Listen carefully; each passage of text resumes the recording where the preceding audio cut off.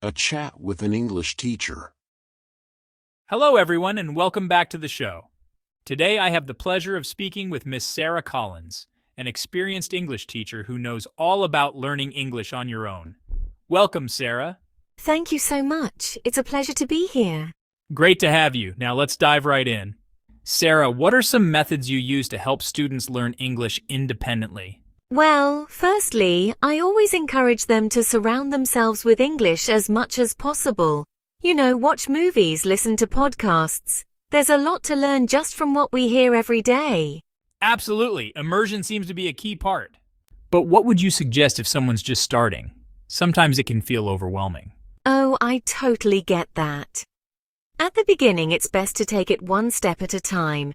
Start with small, achievable goals. For example, reading short texts, jotting down new words, and looking up their meanings can be very helpful. So bit by bit. Now, I'm curious. Do you have a favorite technique or go-to strategy for learning vocabulary? Yes, I often tell my students to keep a vocab notebook. Every time they come across a new word, they write it down along with a sentence that uses it. The context helps them remember better. I love that idea. It sounds like a simple but effective way to reinforce learning. And what about speaking skills? How can people practice speaking when they're on their own? That's a great question. Practicing speaking solo can be tricky, but it's doable. I suggest thinking in English or even talking to yourself about your day. And if they're comfortable, finding a language partner online can make a big difference. Brilliant advice. It sounds like consistency is key. But let's be honest, Sarah. Some days are harder than others. How do you motivate your students to keep going when progress feels slow? Oh, that's so true. Progress in language learning is like a marathon, not a sprint. So I remind them that, as the saying goes, Rome wasn't built in a day. Small, steady steps will get them there. I totally agree with you.